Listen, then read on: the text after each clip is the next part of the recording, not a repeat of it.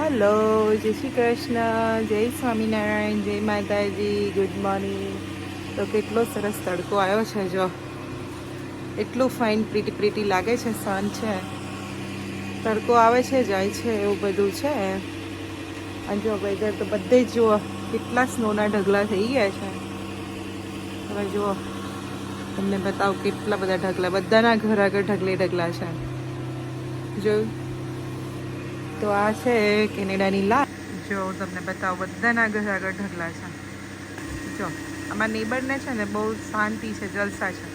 એ કોઈ દિવસ snow remove ના કરે, પણ ઓટોમેટિક એનું સ્નો રિમૂવ થઈ જ જતો હોય છે after end of the like snow પત્યો હોય ને ત્યાં બધાનો મેલ્ટ થઈ રહે ને ત્યારે એનો મેલ્ટ થઈ જાય, પણ એ કોઈ દિવસ રિમૂવ ના કરે.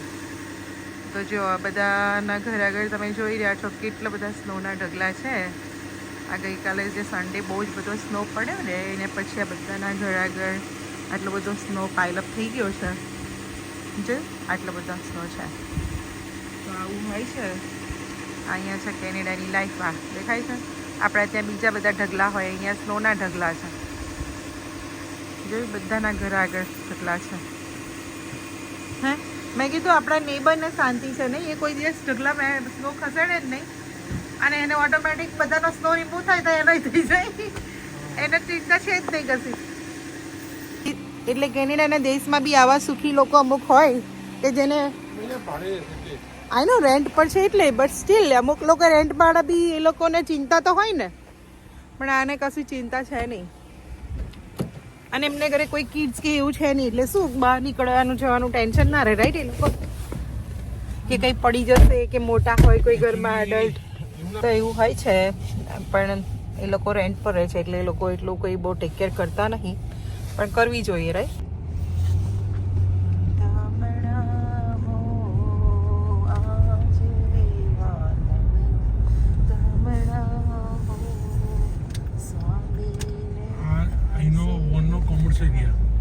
એ બધી જ કોમર્શિયલ બિલ્ડિંગો છે ને. કોમર્શિયલ એટલે બધી વેરહાઉસ ને બધું હોય, કંપની ના હોય, ફેક્ટરી ના હોય અહીંયા. કોમર્શિયલ એટલે બધું વેરહાઉસ ને જે ડિસ્પેચનું થાય ને એ બધું કામ કરે. કેમિકલ વગરનું વસ્તુ આખો એરિયા વોન કહેવાય.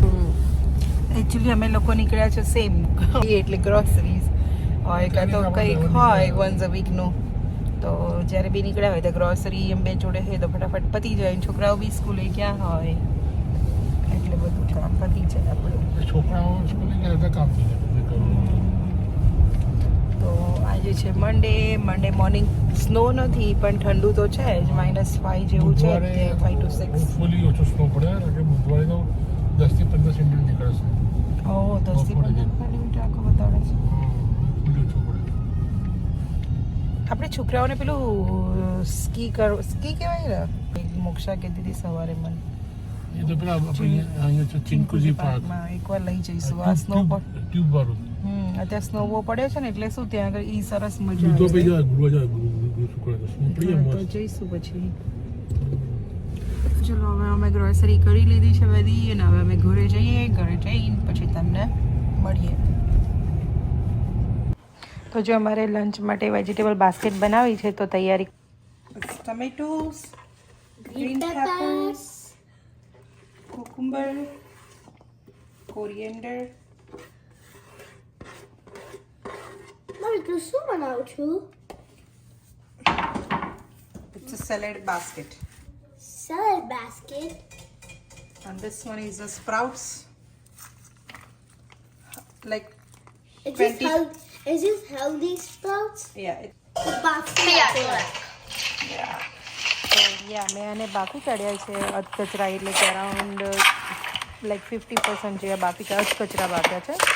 અને હવે આપણે એમાં લાઈક તમારે જે મસાલા કરવા એ કરી શકાય, પણ હું એમાં સિમ્પલ રીતે મસાલા કરી દઉં છું. સોલ્ટ નાખ્યું, આવી રીતે તમારા ટેસ્ટ મુજબ સોલ્ટ નાખી દેવાનું.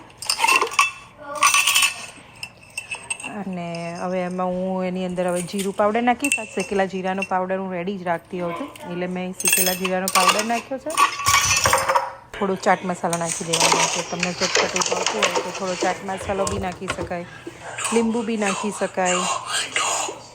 મોક્ષા નો કરે છે. લાલ મરચું નાખ્યું છે ને એટલે થોડું સ્મેલ વાળું કલરવાળું મરચું નાખ્યું છે. અને આવી રીતે બધું પ્રોપર મિક્સ કરી દેવાનું એને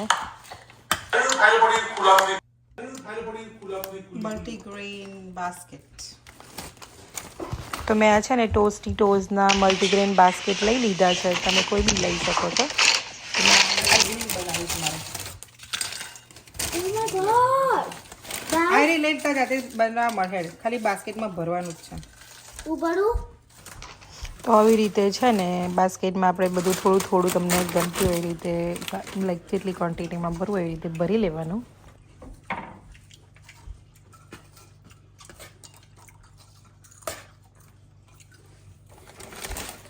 અને મેં જો આ કોટેજ ચીઝ લીધી છે. તમે કોઈ બી સાદી સિમ્પલ ચીઝ બી લઈ શકો. મેં કોટેજ ચીઝ લીધી છે અને આવી રીતે યોગર્ટ મૂકવું હોય તો યોગર્ટ બી મુકાય, પણ મેં આ કોટેજ ચીઝ મૂકી છે. તો આવી રીતે મૂકીને સર્વ કરી દેવાનો. અને આ મેં છે ને ટાકો બેલનો હોટ સોસ કે માઇલ્ડ સોસ તમે કોઈ બી લઈ શકો, પણ આ માઇલ્ડ સોસ યુઝ્યુઅલી અમે યુઝ કરતા હોઈએ છીએ. તો મેં આ ટાકોનો માઇલ્ડ સોસ થોડો થોડો ઉપર લગાવી દીધો છે. અને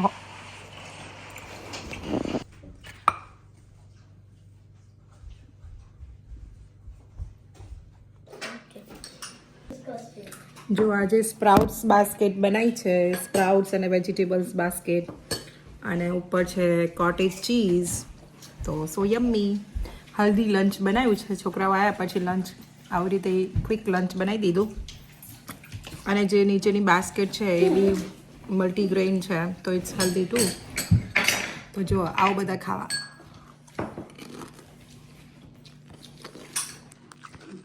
યુ લાઈક ઇટ? જ્યાં તને ભાઈ બેટા I like the basket. Mama. I like જો the બધા એટલા એક્સાઇટ છે કે અત્યારે ખાવામાં જ પડ્યા જ નહીં. I like the basket because it's so salty with like the stuffing. I like the salt. I like the basket. It's salty and like it has texture to the stick. Crispy બી લાગે ને. Yeah, and it's salty. અને sprouts જે ના ખાતા હોય એ લોકો sprouts બી ખાય, રાઈટ? And તો જો આવું તમે બનાવી શકો. આ બેસ્ટ આઈડિયા છે. કિડ્સ બી ખાય, આપણે બી ખાઈ શકીએ. રોટલી શાક ખાઈએ તો સેમ જ. રોટલી ખાઈશું તો બી ઘઉં કે બધું આવવાનું છે. તો આમાં ગ્રેન્સ આવી ગયા બધા મલ્ટીગ્રેન, અને એની જોડે બધું સેલેડ. અને જે ફેટ કોટેજ ચીઝ લીધી છે એ બી 2% છે. તો જો અમે આવી રીતે આજે લંચ બનાવ્યું હતું. સ્પ્રાઉટ્સની બાસ્કેટ, ઇન્સ્ટન્ટ નહીં, એકદમ ફટાફટ બની જાય એવું લંચ બનાવી દીધું હતું. એટલે લંચમાં અમે થોડું હેલ્ધી ખાઈ લીધું છે. એટલે અત્યારે અમે લોકોએ સાંજે તો પછી અમે લોકોએ ખીચડી જ ખાઈ લીધી. અને હવે અમે લોકો આ વ્લોગને હવે અહીંયા જ એન્ડ કરીએ છીએ. તો જો તમને અમારો વ્લોગ ગમ્યો હોય તો લાઈક કરો, share karo, subscribe karo. See you on Next video. vlog. Bye. Bye.